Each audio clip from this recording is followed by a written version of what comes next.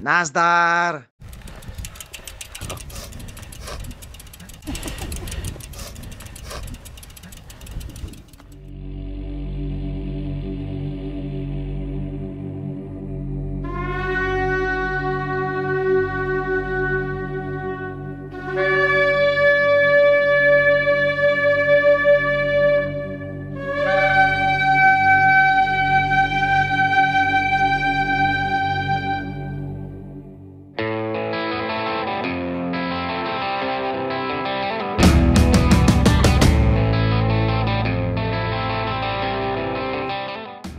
Negevská púšť sa spomína už v starom zákone. Je to územie, ktorým Mojžiš previedol izraelské kmene pri ich uteku z Egypta. Keď som ja na internete zistil, že krížom cez Negevskú púšť vedie 300 km bajková trasa, tak neváhal som ani na okamih a začal som sem pripravovať výjazd. Prečo som totiž bol v tejto oblasti? Strávil som tu pár týždňov lezením v stenách Vády Rum a už vtedy tá rozľahlosť a prázdnota tejto drsnej krajiny, ale aj jej história samozrejme, vo mne vyvolávala taký dojem akejsi veľkolepej večnosti. Dodnes si ja pamätám tú bázeň, ktorá ma naplňala, keď som kráčal tou tichou púšťou do zdánlivého nekonečna.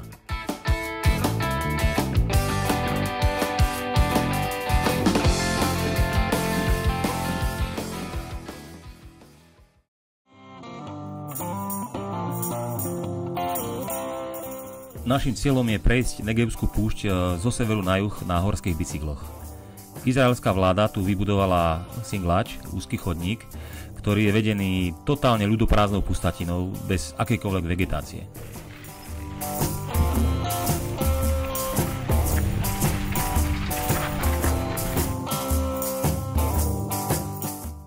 Je to veľmi pekné, dosť namáhavé. Máme už 54 km v nohách. 337 metrov pozerám, prevýšenie, to nie je nič moc, ale terén je taký zlý posledných 20 km, tak bojujeme. No, ale je to tu krásne, nie je tu nikto, iba my a naše stroje.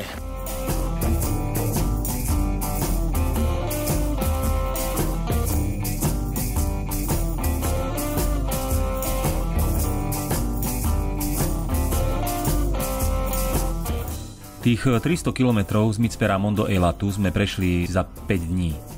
Prvé dve etapy sme museli natiahnuť na zhruba 80 km, lebo sme nevedeli zohnať nikde na takom dobrom mieste nocľah. Čo sa týka terénu, tak ten je tu veľmi špecifický. Nie sme vôbec na také niečo na Slovensku zvyknutí. Prevýšenia nie sú síce veľké, okolo tých 500 výškových metrov za deň, ale podkladom je často sypký piesok alebo štrk a to nesmierne sťažuje pohyb. Nie sú rozhodujúce kilometre, už nie sú rozhodujúce ani výškové metre, ale ten čas v sedle.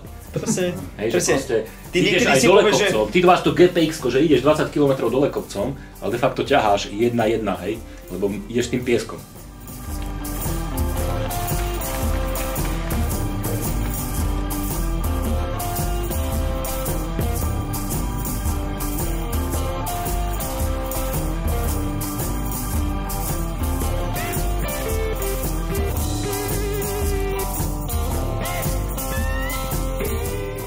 Púšť nie je žiadna mŕtva krajina, je to proste scenericky niečo nesmierne pútavé a človeku to asi každému, kto má rád prírodu, to prinesie k srdci.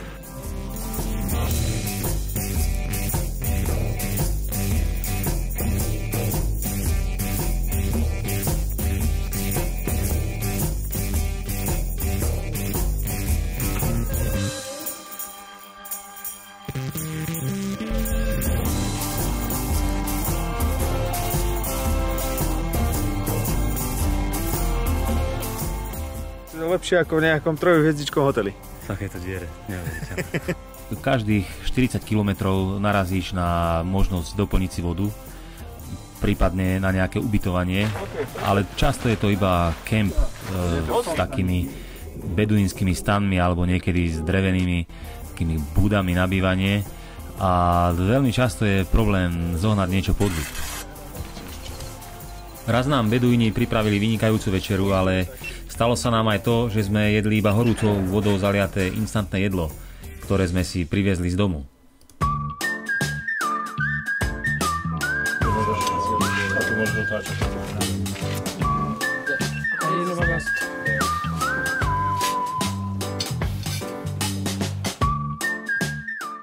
Je to už tak, zvykli sme si na to, že takéto výjazdy všetci prežívajú veľmi intenzívne. Proste stále sa niečo deje, stále niečo riešiš, nemáš doslova ani sekundu na oddych alebo nebodaj na nejakú meditáciu. Ale napriek tomu som bol prekvapený, že aj včerajšok, koľko sme mali? 500 výškometrov? Smiešné. Tak akože celko sme sa vyžuli pri tom, vieš. Dobre, ale 80... Prišiel a bol si unavený. Také chvíľkové uvoľnenie nastáva večer, po jazde samozrejme, ale to hlavné také uvedomenie si toho, čo vlastne sa zažilo, to prichádza až doma po návrate.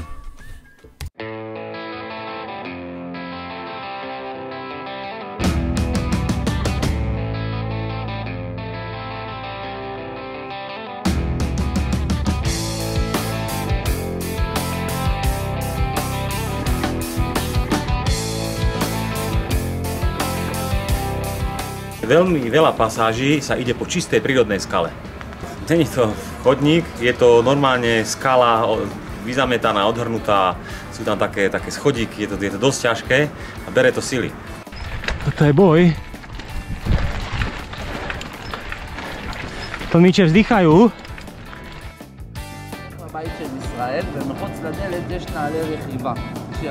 Miestnych ľudí sme vlastne stretávali iba na večer.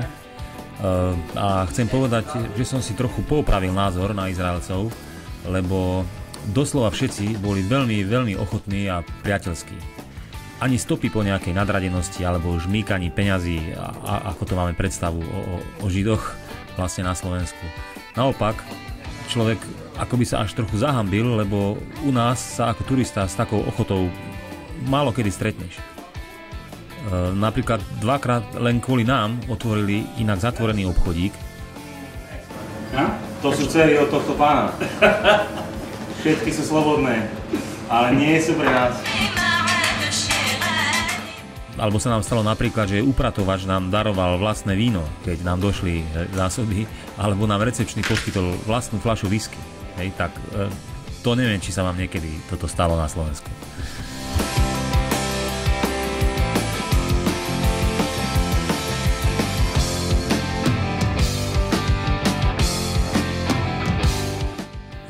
Čo sa týka navigácie, tak tá je absolútne bez problémov.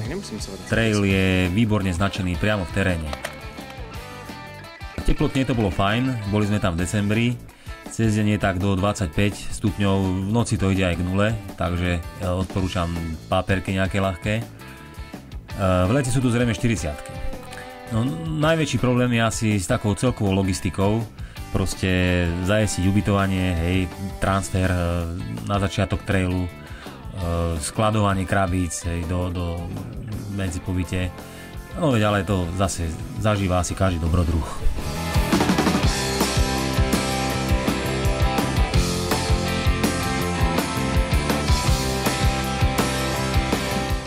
Na záver chcem povedať, že sme boli výborná partia a strávili sme spolu v Negevskej púšti nezabudnutelné chvíle. Dlho som rozmýšľal, čo je to hlavnou esenciou tej krásy, toho spoločného zážitku.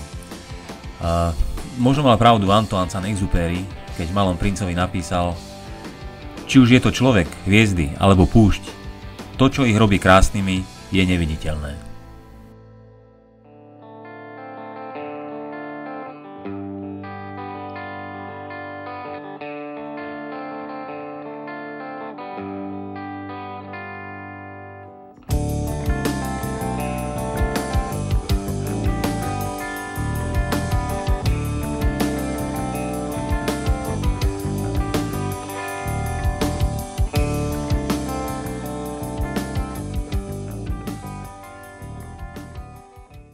Nevidíš nič iné, iba Jordánsko druhú stranu púšte a cestu pred sebou, kde nevieš, že... A páliť aj nič.